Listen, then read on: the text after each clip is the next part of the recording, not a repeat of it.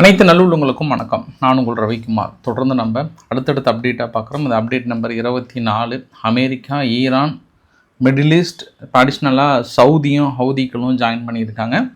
நேற்று ஹவுதிகள் சவுதியினுடைய கப்பல் ஒன்று கூட நாங்கள் உள்ளே போக அனுமதிக்க மாட்டோம்னு சொன்னாங்க. இன்று இரவுனா இன்று அதிகாலைன்னு எடுத்துக்கலாம். அமெரிக்கா மிக கடுமையான தாக்குதலை நிகழ்த்திருந்தது ஈரான் மீது.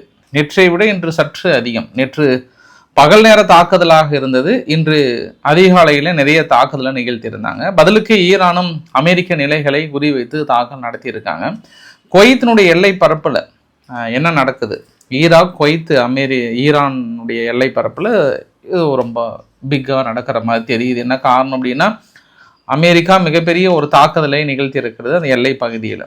அனைத்தும் ஒருங்கிணைந்த ஒரு தகவலாக, ஒரு சூப்பர் அப்டேட்டாக நேற்று இரவு முழுவதும் என்ன நடந்தது, இனி என்ன நடக்க போகிறது, அனைத்தும் ஒருங்கிணைந்த ஒரு தகவலாக பார்த்துடலாம். ஸோ பதிவுக்குள்ளே போகிறதுக்கு முன்பு நீங்கள் நம்ம சேனலை சப்ஸ்கிரைப் பண்ணலாம். சப்ஸ்கிரைப் பண்ணிட்டு வாங்க. மறக்காம பெல் பட்டன் கிளிக் பண்ண ஆல் ஆப்ஷன்ஸ் கொடுங்க. வீடியோ கொடுக்கலாம்.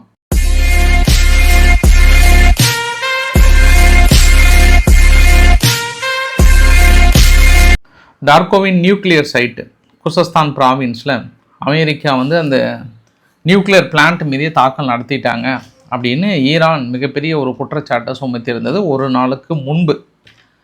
நேற்று ஈரான் ஐஏஏவை கூப்பிட்டு இது மாதிரி நியூக்ளியர் பிளான்ட்டை தாக்கல் நடத்திட்டாங்க, அதற்கு நீங்கள் கண்டனம் இன்னுமே தெரிவிக்காமல் இருக்கிறீங்க, ஒரு கடும் கண்டனமும் அமெரிக்கா இந்த மாதிரி தாக்கல் நிகழ்த்தக்கூடாதுன்னு ஒரு வார்னிங்கும் கொடுங்க அப்படின்னு ஐஏஏ கிட்ட சொன்னது யார்? ஈரான்.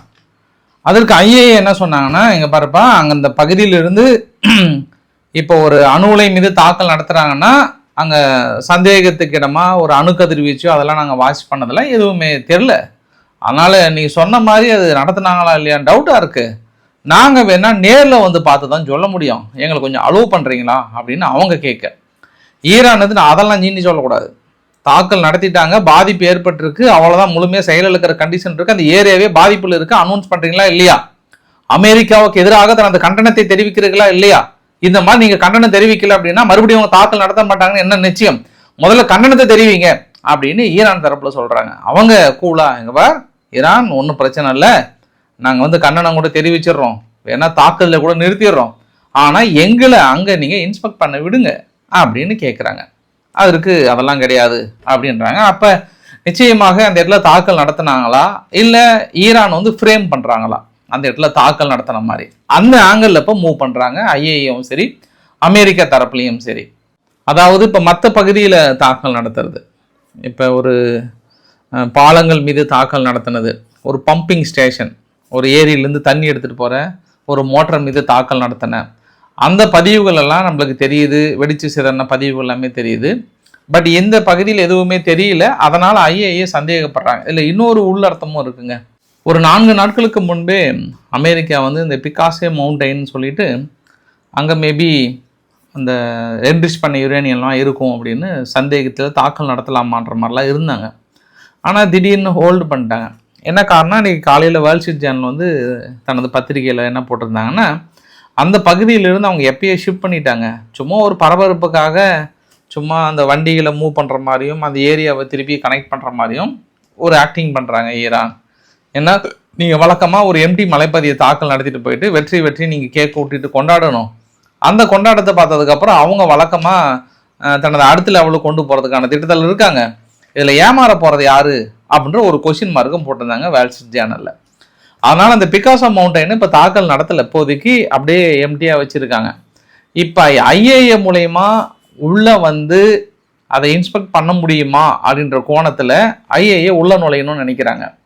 பட் ஈரான் என்ன நினைக்கிறாங்கன்னா, நீ அங்கிருந்தே கண்டனம் தெரிவி, இங்கே உள்ளே பார்க்குற வேலைலாம் வச்சுக்காத, ஆனால் அவங்க அணு நிலைகள்லையோ அது பக்கத்துலேயே தாக்கல் நடத்தக்கூடாதுன்றாங்க. ஒருவேளை அமெரிக்கா அந்த காம்பவுண்டு பக்கத்தில் தாக்கல் நடத்தி லைட்டாக பாதிப்படுற மாதிரி ஐஏஏ உள்ளே வைக்கிறதுக்கான திட்டத்தில் இருக்கா, அதை ஈரான் தடுக்கிறாங்களா, ஒருவேளை ஈரான் நடத்தாத தாக்குதலை நடத்தின மாதிரி பெரிய அளவுக்கு கண்டனங்கள் தெரிவிக்கிறாங்களா, இது எல்லாமே வருகின்ற காலங்கள் தான் புலப்படும். பட் ஒரு புரியாத புதிராக இருக்கிறது, இந்த அணு நிலைகள் மீது பக்கத்தில் தாக்கல் நடத்துறதும் சரி, என்ரிச் பண்ண யுரேனியம் எங்கே இருக்குன்னு சொல்லிட்டு அமெரிக்காவும் கண்டுபிடிக்கிறதுக்குள்ள அவங்களுக்கு போதும் இருக்கு. ஆனால் இல்லைன்னு மறுக்கிறதுக்கெல்லாம் கிடையாது. இது வந்து ஈரானே ஆணித்தனமாக ஒத்துக்கிட்டாங்க. ஆமாம், கண்டிப்பாக எங்ககிட்ட இருக்குது அப்படின்றத ஒத்துக்கிட்டாங்க. சரி, இப்போ நம்ம விஷயத்துக்கு போகலாம். அமெரிக்கா உலகம் முழுவதும் அமெரிக்கர்களுக்கு, உலகம் முழுவதும் இருக்கக்கூடிய அமெரிக்கர்களுக்கு கொஞ்சம் பத்திரமா சூதானமாக இருந்துக்கோங்க. எல்லா இடத்துலையுமே உலகில் உள்ள அனைத்து அமெரிக்கனுடைய எம்பசி மீதும் தாக்கல் நடத்துவதற்கு IRGC திட்டங்களை தீட்டி இருக்கிறது. அவங்க நட்பு நாடு, அந்த நாடு, இந்த நாடு அதெல்லாம் பார்க்கவே மாட்டாங்க, தாக்கல் நடத்துவாங்க. அதனால கொஞ்சம் நீங்கள் நியூஸை வாட்ச் பண்ணுங்க, தேவையில்லாமல் வெளியில் போகாதீங்க, முடிஞ்ச அளவுக்கு சேஃபாக இருந்துக்கோங்க. இந்த யுத்தம் முடிகிற வரைக்கும் உங்களுடைய சேஃப் தான் எங்களுக்கு முக்கியம் அப்படின்னு எச்சரிக்கை கொடுத்துருக்காங்க. இது வரலாறு காணாத ஒரு எச்சரிக்கை. உலகம் முழுவதும் இருக்கக்கூடிய அமெரிக்க மக்களுக்கு IRGC எச்சரிக்கை கொடுத்துருக்காங்க. இந்த மாதிரி யார் எச்சரிக்கை கொடுத்துருக்கு ஏற்கனவே அப்படின்னா ஜூஸ் மக்களுக்கு இஸ்ரேல் கொடுத்தது. ஏன்னா ஜூஸ் மக்கள் மீது இந்த மாதிரி தாக்குதல்களும் வன்முறைகளும் நிறைய உலகம் முழுவதும் அங்கே இங்கே நடக்கிறதுனால அவங்க வந்து ஏற்கனவே எச்சரிக்கை கொடுத்தாங்க. அதே மாரி சிட்னியில் நடந்தது, ஒரு சில பகுதிகளில் நடந்துட்டு இருக்குன்ற விஷயத்தையும் இஸ்ரேல் தொடர்ந்து அந்த நாடுகளுக்கு கொஞ்சம் கடிதங்களாகவும் நேர்லையும் வந்து இன்சிட் பண்ணுறாங்க. இப்போ அந்த மாதிரி அமெரிக்காவும் அந்த பொசிஷனுக்கு வந்துட்டாங்க. இதில் இன்னொரு விஷயமும் சொல்ல விரும்புகிறாங்க. IRGC உலகம் முழுவதும் தனது தீவிரவாத தாக்குதலை நடத்த திட்டமிடுகிறது அப்படின்ற இன்னொரு வகையிலும் ஃப்ரேம் பண்ணுறாங்க. அது நம்ம பொறுத்து இருந்து பார்க்கணும். சரி, நம்ம அமெரிக்கா என்று விடிய நடத்திய தாக்குதல் பார்க்க போகிறதுக்கு முன்பு நேற்று என்ன தாக்கத்தை ஏற்படுத்தியது அப்படின்றத பார்க்கணும்ல. ஏன்னா அது ரொம்ப முக்கியம். நம்ம ஏற்கனவே லேயராக எக்ஸ்பிளைன் பண்ணியிருக்கோம். அந்த லேயரை எக்ஸ்பிளைன் பண்ணுறதுல அடுத்த கட்ட நகர்வு போகுதா இல்லையான்னு பார்க்கணும்ல. ஸோ இது ஜூலை 19, 2026 2 மணியிலிருந்தும் 2 PM இருந்தும் ஜூலை 20, 2026 2 PM வரைக்கும் கரெக்டாக 24 மணி நேரம் போட்டிருக்காங்க. நேற்று பாருங்க, கிட்டத்தட்ட செகண்ட் ரேஞ்சுக்கு கிட்டத்தட்ட போகிறாங்களா. நேற்று பந்தர் அப்பாஸ் தாக்கல் நடத்தியிருக்காங்க. நேற்று இது எல்லாமே அதிகாலையில் நடத்தலை, பகல் நேரத்தில் நடத்தியிருக்காங்க தாக்குதல். பகல் ப்ளஸ் சாயந்தர வேலையில் தாக்கல் நடத்தியிருக்காங்க.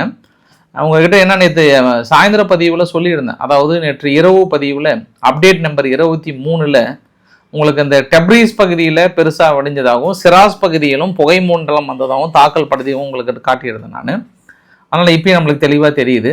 மேலிருந்து வந்தோம் அப்படின்னா அந்த டெப்ரீஸும் அப்புறம் ஈராக்குடைய எல்லை பகுதியை ஒட்டியும் ஒரு தாக்கல் நடத்தப்பட்டிருக்கிறது. மேபி யார் உள்ள நுழைய போகிறத தடுக்கிறாங்கன்னு தெரியல. பட் எல்லையில் இருக்கக்கூடிய செக் போஸ்ட்டை அடிச்சிருக்காங்கன்றது தகவல் வராங்க. அங்கே தெஹ்ரானில் என்ன பண்ணுறாங்க, மிலிட்ரி காம்ப்ளெக்ஸ் ஒன்று இருந்ததாகவும் தெஹ்ரான் ப்ராவின்ஸ் பகுதியில் ஃபஸ்ட் டைம் வந்து நேற்று அமெரிக்கா அந்த இடத்துல தாக்குதல் நடத்தியிருக்காங்க. நேற்று தான் ஃபஸ்ட் டைம். இதற்கு முன்பு போட்டு நடத்தினாங்க, முறியடிக்கப்பட்டது. பட் நேற்று அட்டாக் பண்ணிட்டதாகவே சொல்கிறாங்க. அதுக்கு கீழே பார்த்தீங்கன்னா ஒரு 3 தாக்குதல் பக்கம் நடத்தியிருக்காங்க. அப்புறம் இந்த அஸ்வாஸ் ப்ராவின்ஸ் இந்த ப்ராவின்ஸில் குவைத்துக்கு ஒட்டி இருக்கக்கூடிய பகுதியில் தாக்கல் நடத்துகிறாங்க. அது என்னன்றது உங்களுக்கு நான் டீட்டெயிலாக சொல்கிறேன் நான். அப்புறம் சிராஸ், கீழே பார்த்தீங்கன்னா பந்தர் அப்பாஸ், சபகர் போர்ட், இது எல்லாத்தையும் பெரிய அளவுக்கு நேற்று மிக அதிகமான தாக்குதல். அப்புறம் இன்னொரு விஷயம், ஈரானும் என்ன பண்ணியிருக்காங்க, அங்கே ஸ்டேட் ஆஃப் ஹார்முஸ் பகுதியில் 2 கப்பல்கள் மீது தாக்கல் நடத்தியிருக்காங்க. ஒன்று கிட்டத்தட்ட ஓமனை நெருங்கி இருக்கக்கூடிய போர்ட்டும், கிட்டத்தட்ட இன்னொன்று வந்து கடந்து வந்த வெசல்ஸ் மீதும் தாக்கல் நடத்தியிருக்காங்க. 2மே பற்றி எரிஞ்சிட்ருக்கு. அதுக்கான இறுதியான வார்னிங் கொடுக்குறாங்க. அமெரிக்கா இன்று விடிய நடத்திய தாக்குதல் கிட்டத்தட்ட 4 AM வரைக்கும் நடத்தியிருக்காங்க. ஜூலை 21 4 AM வரைக்கும் தாக்குதல் நடத்தினாங்க. பட் என்ன டைம் ஸ்டார்ட் பண்ணாங்கன்னு அவங்க சொல்லலை. எங்களுடைய தாக்குதலில் அமெரிக்காவுடைய தாக்குதலில் ஈரானுடைய மிலிட்டரி கமாண்டர்னுடைய centres, maritime capabilities, missile and drone launching sites, air defence systems அது இருக்கக்கூடிய பகுதியில் மிக அதிகமான தாக்கல் நடத்தியிருக்கும். இது வரைக்கும் நாங்கள் பாதுகாப்பு கொடுத்து அந்த வழியில் கிட்டத்தட்ட 900 கமர்ஷியல் வெசல்ஸும் 450 மில்லியன் பேரல் க்ரூட் ஆயிலும் நாங்கள் கடக்க வைத்திருக்கோம். தொடர்ந்து பொதுவழி பாதையில் கப்பல்கள் கடப்பதற்கு உறுதி செய்யப்படும் அப்படின்னு ஒரு அனௌன்ஸ்மெண்ட். இன்னைக்கு அந்த 4 மணி வரையும் நடத்த தாக்குதலில் அங்கே லோக்கல் நியூஸ் சேனல் அடிப்படையில் எங்கெல்லாம் அதிகமாக தாக்குதல் நடத்தியிருக்காங்கன்னா சிரிக் அப்படின்ற ஒரு குட்டி தீவு பக்கத்துலையும், பேந்தர் அப்பாஸ், கொஷம் ஐலாண்ட், புஷீரர், கொனரக், சபகர், இது எல்லாமே நம்மளுக்கு தெரிந்த பகுதி தான். மறுபடியும் இந்த ஓரம் ஒட்டி தான் தாக்கல் நடத்தியிருக்காங்க. பட் அதெல்லாம் இல்லாமல் இஸ்ஃபஹானுடைய சென்டர் ஈரான் பகுதியில் ஒரு பெரிய 2 எக்ஸ்ப்ளோசிவ் இருந்ததாக IRGCயினுடைய சேனல் சார்பாக ஒன்று சொல்லியிருக்காங்க. இன்னொரு தாக்குதல் நம்ம ரொம்ப முக்கியமாக குறிப்பிடனா, அடுத்து நான் வரைபடத்தை காட்டுறேன் உங்களுக்கு. அபாடன், இந்த அபாடன் பகுதியில் கரெக்டாக நோட் பண்ணீங்க அப்படின்னா குவைத்தில் நடுவில் ஈராக் பக்கத்தில் அங்கே ஈரான், அந்த ஈரானுடைய எல்லை பகுதியில் இருக்கக்கூடிய செக் போஸ்ட்லாம் அடிச்சிருக்காங்க. அந்த இடத்துல 33வது மொபைல் ஏர் பிரிகேட் மஹடியும் அது வந்து ஈரான் ரெவல்யூட்டரி கார்டோட கூட்டணி வச்சுருக்காங்க. ஃபார்ஸ் ப்ராவின்ஸ்ன்ட்டு 65வது special force air mobile brigade. இது வந்து ஈரானுடைய ஆர்மி அங்கே பக்கத்தில் இன்னொரு பேஸ் பக்கத்தில் டெப்ளாய் பண்ணியிருக்காங்க. இதை இரண்டையும் நாங்கள் குறி வைத்து அடித்திருக்கோம், அதாவது நியர் த ஈராக் பார்டரில் அப்படின்னு சொல்லியிருக்காங்க. இன்னொரு வீடியோவும் கடந்த நேற்று வந்து சர்க்குலேட் ஆகிட்டு இருக்கு. பட் இது இந்த வீடியோ எனக்கு டவுட் இருந்தாலும் உங்ககிட்ட காட்டுறேன். ஏற்கனவே இது நான் பழசு பார்த்த மாதிரி தான் எனக்கு ஞாபகம் இருந்தாலும் பெரிய பெரிய சேனல்களே போடுறாங்கன்ற போது உங்ககிட்ட காட்டுறேன் நான். இது ஈராக்குடைய எல்லை பகுதியில் பெரும்பாலும் ஊடுருவதற்காக ஈரான் அனுப்பிட்டு இருக்காங்க அப்படின்ற வீடியோ பதிவு சர்க்குலேட் ஆகிட்டு இருக்கு. T-72 மொபைல் பேட்டரல் டேங்க்கும் M113 ஆர்ம்டு பர்சனல் கேரியரும் அப்புறம் M577 கமாண்ட் போஸ்ட் கேரியரும் வந்து அப்படியே ஈரான் குவைத்தினுடைய எல்லை பகுதிக்குள்ளே போகிறதுக்காக ட்ரை பண்ணுறாங்கன்ற மாதிரி போட்டாங்க. பட் இது பெரிய ஒரு காம்ப்ளிகேட்டடான விஷயம். ஈரான் இதை முன்னெடுக்குமா அப்படின்னா ஈரான் முன்னெடுக்காது. அதுக்கான நான் உங்களுக்கு 2 ஆஸ்பெக்டில் நான் உங்களுக்கு சொல்லிடுறேன். சம்பவம் நம்பர் 1, எப்படி அமெரிக்கா குர்திஷனுடைய நபர்களை வைத்து இல்லை அந்த குர்திஷனுடைய குழுக்களை வைத்து அமெரிக்காவுக்கு ஈரானுக்குள்ள ஊடுருவி தாக்கல் நடத்த திட்டமிடுகிறதோ அவர்களுக்கான ஆயுதங்களை கொடுக்கிறதோ அதே மாதிரி திட்டத்தில் ஈரான் என்ன பண்ணுறாங்க, ஈராக்கில் இருக்கக்கூடிய 22 ரெசிஸ்டன்ஸையும் ஒன்றா சேர்த்தி அவங்களுக்கான ஆயுதங்களை பெரிய அளவு கொடுத்துருக்காங்க. இடையில பெருசாக டிஸ்ட்ரிபியூட் பண்ணியிருக்கிறாங்க. ஏன்னா இப்போ இந்த வாரத்துக்குள்ளார அவசரமாக இந்த பிரச்சனையில் ஈராக்கினுடைய பிரசிடென்ட் ஏன் அங்கே போகணும், என்ன பேச்சுவார்த்தை நடத்தணும், அப்படி என்ன அவசர கால அழைப்பு தேவைப்பட்டால் நான் முஸ்தபா காமேனி அவர்களை பார்க்கணுன்னு ஏன் சொல்கிறாரு, ஆனால் அவங்க மறுக்கிறாங்களே, வாப்பா என்கிட்ட பேசி போப்பா, அதை விட என்னப்பா உனக்கு நான் கன்வே பண்ணிடுறேன் வாப்பான்னு கூப்பிடுறாங்களே அப்படின்னா இதில் நிறைய சூட்சமாக அடங்கியிருக்கு. அந்த சூட்சமத்தை விளக்குவதற்கான இந்த ஒரு மிக முக்கிய புகைப்படமாக உங்ககிட்ட காட்ட விரும்புகிறேன் நான். நார்மலாகவே ஈரான் அவ்வளோ சீக்கிரம் உள்ளே கடந்து வந்துட முடியுமா, குவைத்தை வந்து ரீச் பண்ணிட முடியுமா அப்படின்னா ஈராக்கினுடைய உதவி இல்லாமல், ஈராக்கில் இருக்கக்கூடிய ரெசிஸ்டன்ஸ் உதவி இல்லாமல் கடந்து வர முடியாது. அதையும் மீறி இவங்க கடந்து வந்தாங்கன்னா நிறைய கடற்பகுதிகள், நிறைய ஏரி குளம் மாதிரிலாம் இருக்கும், இந்த கடற்கரையை ஒட்டி மேலே போய் தான் கடந்து வர முடியும். கீழே வந்து அவங்களால கடந்து வரவும் முடியாது. அப்போ தீவுலேருந்து வந்துட முடியுமா, லெசர் டனப் இல்லை கார்க் ஐலாண்ட், இந்த கிரேட்டர் டனப், இங்கிருந்து கப்பல் மூலியமாக வேறு ஏதாவது மூலியமாக வந்துடலாமா அப்படின்னாலும் அதுவுமே ரிஸ்க்கு தான். இப்போ சமீபத்தில் அமெரிக்கா தாக்கல் நடத்திட்டு இருக்காங்க. இவங்களோட ஒரே பாசிபிள் என்னென்னா அந்த பாக்தாத்துலேருந்து ஒரு கிரீன் கலர் இருக்குது பாருங்கள், அங்கே வந்து குவைத்துக்கு ஒரு 100லேருந்து 150 கிலோமீட்டர் பக்கம் இருக்குது. இதில் ஏதாவது படைகள் யார் உள்ள நுழையணும், ஈராக் ரெசிஸ்டன்ஸுடைய குரூப் நேராக உள்ள நுழையிறதுக்கான வாய்ப்புகள் இருப்பதாக சொல்கிறாங்க. அவங்க உள்ள நுழைஞ்சிட்டாங்கன்னா அமெரிக்காவுடைய 2 பேஸ் இருக்குது. நீங்கள் இது ஈரான் மீதும் குற்றம் சொல்ல முடியாது, இது பெரிய பாசிபிள் இருக்குன்னு சொல்கிறாங்க, அந்த அளவுக்கான ஆயுதங்கள் அவங்க கிட்ட இருக்குன்னு சொல்கிறாங்க. அப்படி உள்ள நுழைஞ்சாங்கன்னா அது குவைத்துக்கு பெரிய ஒரு சிம்ம சொப்பனமாக மாறிடும். ஏன்னா இங்கே 2 அமெரிக்க நிலைகள் இருக்குது, நேராக அமெரிக்க நிலைகளில் உள்ள நுழையிறதுக்கு வாய்ப்புகள் இருக்குது. ஏன்னா அந்த பக்கம் நுழையிறதுக்கு வாய்ப்பு இல்லை. ஒரு குட்டி ஐலாண்ட் இருக்குது, கோர் அப்துல்லான்னு சொல்லிட்டு ஒரு வாட்டர் வே வேறு இருக்குது, அதெல்லாம் தாண்டி அவங்களால வர முடியாது. அதனால இவங்க என்ன நினைக்கிறாங்கன்னா ஈராக்கினுடைய ரெசிஸ்டன்ஸை பிளான் பண்ணி இவங்க அந்த தாக்குதலை அதாவது அடுத்த கட்டத்துக்கு கொண்டு போகணும்னு நினைக்கிறாங்களா, அந்த ஆங்கிளில் தான் நம்ம பார்க்க முடிகிறது. ஏன்னா பாசிபிள் அட்டாக் அப்படின்னாவே இதுதான், இதை தவிர வேற ஒரு ஆப்ஷனே கிடையாது. ஸோ இதை நம்ம என்ன புரிஞ்சுக்கலாம் அப்படின்னா, அப்போ நான் முந்தைய காட்டின பதிவு, அந்த வீடியோ பதிவு, நீங்கள் என்னதான் எல்லையில் வந்து ஆயுதங்களை வந்து நிறுத்தினா கூட பாசிபிள் இல்லை. வேணா இந்த குர்திஷ் நிலைகள் உள்ள வரதை தடுக்கிறது வேணா பாசிபிள் இருக்குது. பட் அதுவுமே எனக்கு அந்த பழைய வீடியோ எனக்கு பார்த்த மாதிரி தான் தெரியுது. இப்போதைக்கு வெஹிக்கிள் மூவ்மெண்ட் எல்லாம் பெருசாக இருந்தது அப்படின்னா அடிச்சுடுவாங்க. அமெரிக்கா வந்து ரொம்ப கூர்ந்து கவனிச்சிட்டு இருக்காங்க. நீங்கள் கொஞ்சம் மூவ்மெண்ட் இருந்தாலே உங்களை போட்டுருவாங்க. இவங்க மலை பகுதியிலேருந்து எடுத்துகிட்டு வராங்க, அடிக்கிறாங்க, திரும்பி உள்ளே கொண்டு போயிடறாங்க. அதனால தான் அவங்க தடுமாறிட்டு இருக்காங்க. இது வந்து ரொம்ப ஒரு முக்கியமான விஷயம், சென்சிட்டிவான விஷயமும் கூட. அதனால் இது எப்படி ஹேண்டில் பண்ண போகிறாங்க, சப்போஸ் அப்படி ஒரு சூழ்நிலை குவைத்தை வந்தால் குவைத்தால் சமாளிக்க முடியுமா, இல்லை அதுக்குள்ளே பேச்சுவார்த்தை கொண்டு வந்த முடியுமா அப்படின்றத பார்க்கலாம். இது முழுக்க ஈராக்குடைய ரெசிஸ்டன்ஸால் மட்டுமே நடத்த முடியும், வேறு யாராலையும் பண்ண முடியாது. ஈரான் உள்ளே வர முடியாதுன்றதுல நான் அழுத்தம் திருத்தமாக சொல்கிறேன் நான். ஏன்னா சமீபத்தில் ஈராக் ரெசிஸ்டன்ஸ் சொன்ன ஸ்டேட்மெண்ட் தான் ரொம்ப முக்கியம்.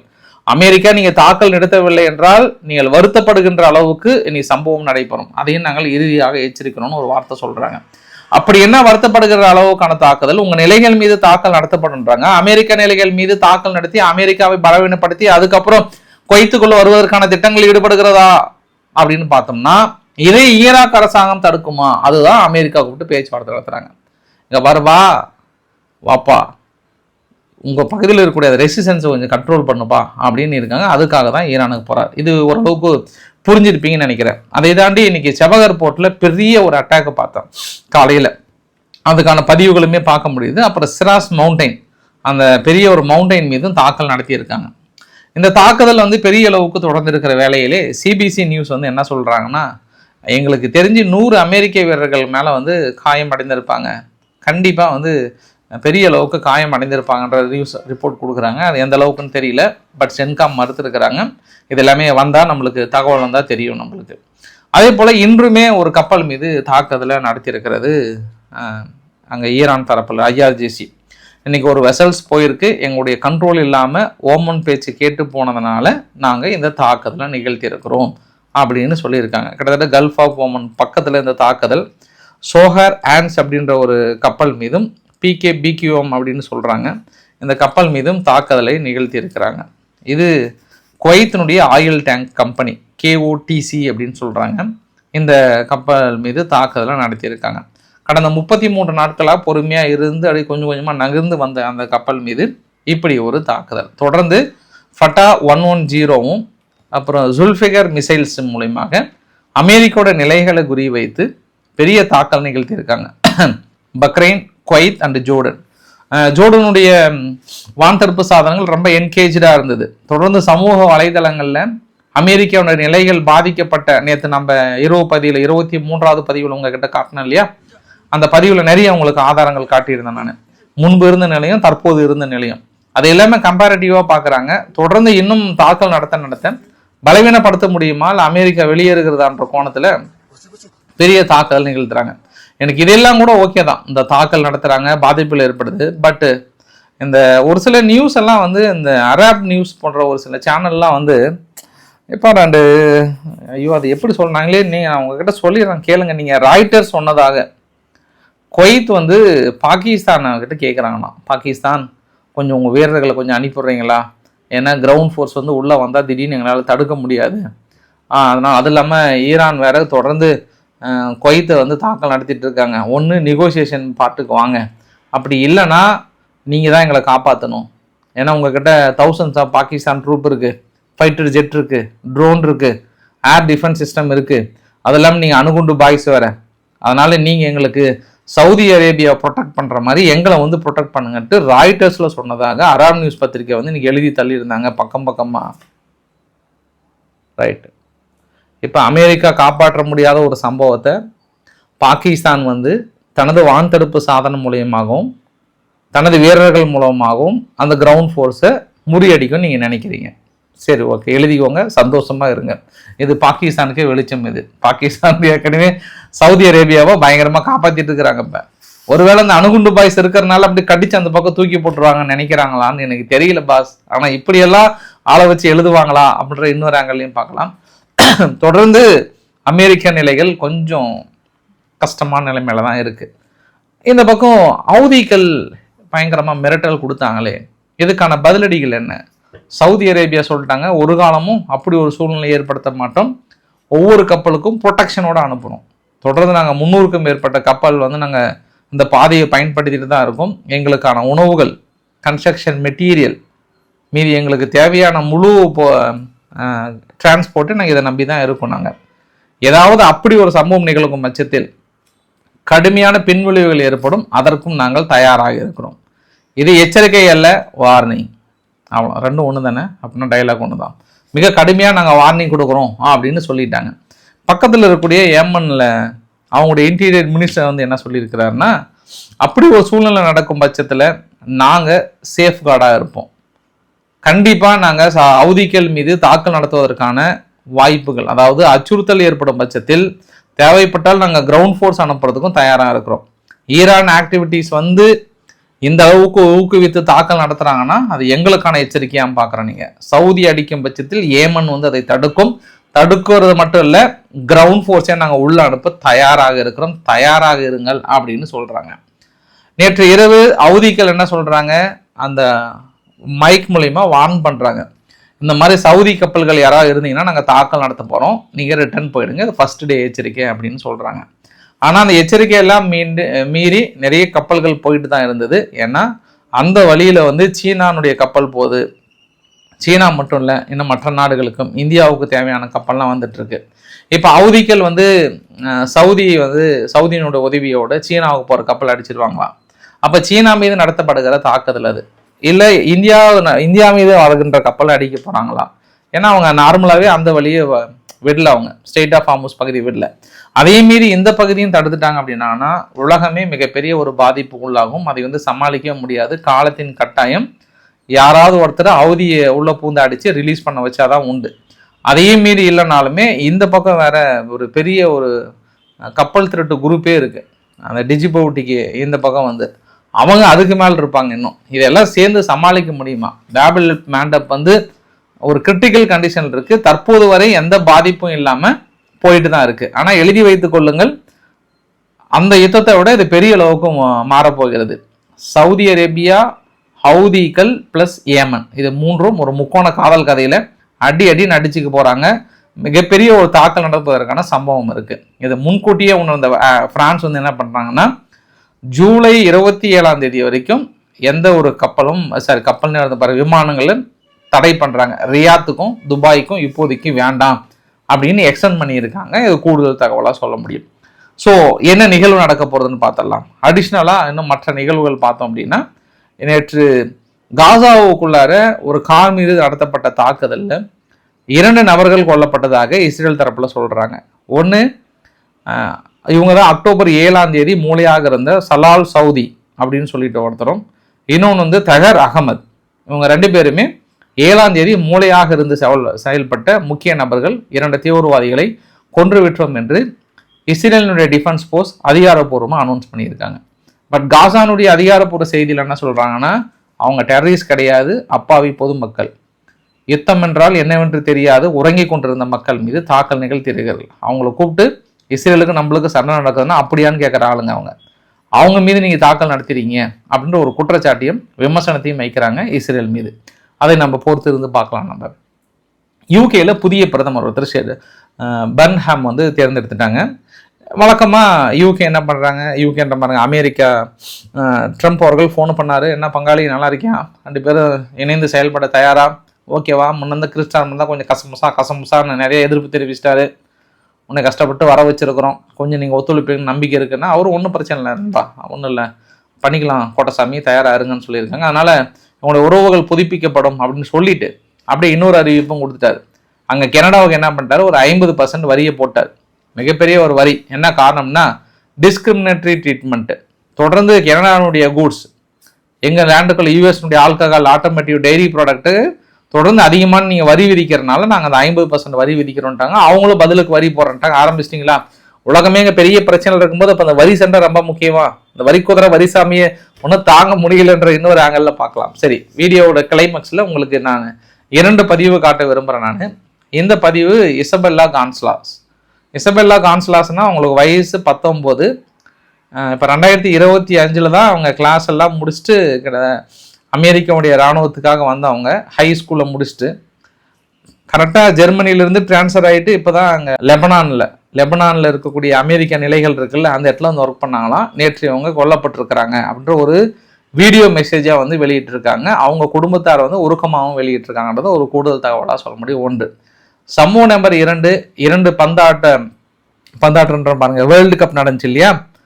1 ஸ்பெயின் வெற்றி கொண்டாட்டத்தில் திளைக்கிறாங்க. மன்னர் வந்து தனிப்பட்ட முறையில் ஸ்பெயினுடைய மன்னர் அவங்களுக்கு ட்ரீட் கொடுக்குறாரு. பெரிய ஒரு வெற்றி கொண்டாட்டம். பெட்ரோ சாண்டஸ் அவர்கள் மிகப்பெரிய அளவுக்கு வரவேற்பு திருவிழா. இந்த திருவிழாவில் மக்கள் பிரதானமாக கலந்து கொள்ளுகிறாங்க. இன்னொரு பக்கம் அர்ஜென்டினாவுக்கும் அதே அளவுக்கான வரவேற்பு கொடுக்கறது. அங்கேயும் திருவிழா கோலங்கள் பூண்டிருக்கிறது. 2 நாட்கள் அரசு விடுமுறை அளித்திருக்கிறது. கொண்டாடுங்களே, கொண்டாடி தள்ளுங்களே, இனி நம்மளுக்கு இதுதான் இல்லையே தீபாவளி அப்படின்னு சொல்லியிருக்காங்க. அவங்க பீஃபா என்ன பண்ணுறாங்க, ஒரு விசாரணைக்கு உத்தரவிட்டிருக்கிறாங்க. ஒழுங்கீனமான முறையில் நேற்று மேட்ச் முடிஞ்சதுக்கப்புறம் நடந்து கொண்ட முழுமையை நாங்கள் விசாரணை நடத்தி அவர்கள் மீது நடவடிக்கை எடுக்க போகிறோம் அப்படின்னு அனௌன்ஸ் பண்ணியிருக்காங்க. ஏன்னா நேற்று கொஞ்சம் அர்ஜென்டினா வீரர்கள் நிறைய விரும்பத்தகாத சம்பவங்கள்லாம் நிறைய செஞ்சிட்டாங்க. ஏன்னா அதில் ஆரம்பித்து வச்சது ஸ்பெயின் பாருங்க, அர்ஜென்டினா ஸ்பெயின் வீரர் ஓடி வரும்போது கம்முன்னு வயிற்றுல குத்திட்டாரு. அதுக்கப்புறம் தான் அவர் திரும்பி அடிக்க வர்றாரு. அடிக்க வந்து இந்த ஒட்டுமொத்த சம்பவமும் ரொம்ப ரொம்ப ஒரு விரும்பத்தகாத ஒரு சம்பவம். அதாவது வளர்கின்ற ஜென்ரேஷன் வந்து இதெல்லாம் பார்க்கக்கூடாத ஒரு சம்பவமாக இப்படி அடிச்சுக்கிறாங்க. இதெல்லாம் வேர்ல்டில் நம்பர் 1 நம்பர் 2 டீம் வேறு. இந்த அளவுக்கு அடிச்சுக்கிட்டது தான் விசாரணைக்கு உத்தரவிட்டிருக்கிறோம். முழுமையாக விசாரணை நடக்கும் பட்சத்தில் நாங்கள் கண்டிப்பாக நடவடிக்கை எடுப்போம் அப்படின்னு சொல்லியிருக்கிறாங்க. பார்க்கலாம் நம்ம. ஸோ இன்றைக்கு ஓரளவுக்கான தகவலை கவர் பண்ணி நினைக்கிறேன். பிடிச்சிருந்தா லைக் பண்ணுங்கள், ஃப்ரெண்ட்ஸ்க்கு ஷேர் பண்ணுங்கள், சப்ஸ்கிரைப் பண்ணுங்கள். ரவிக்குமார் சோமு சேனல். நன்றி, வணக்கம்.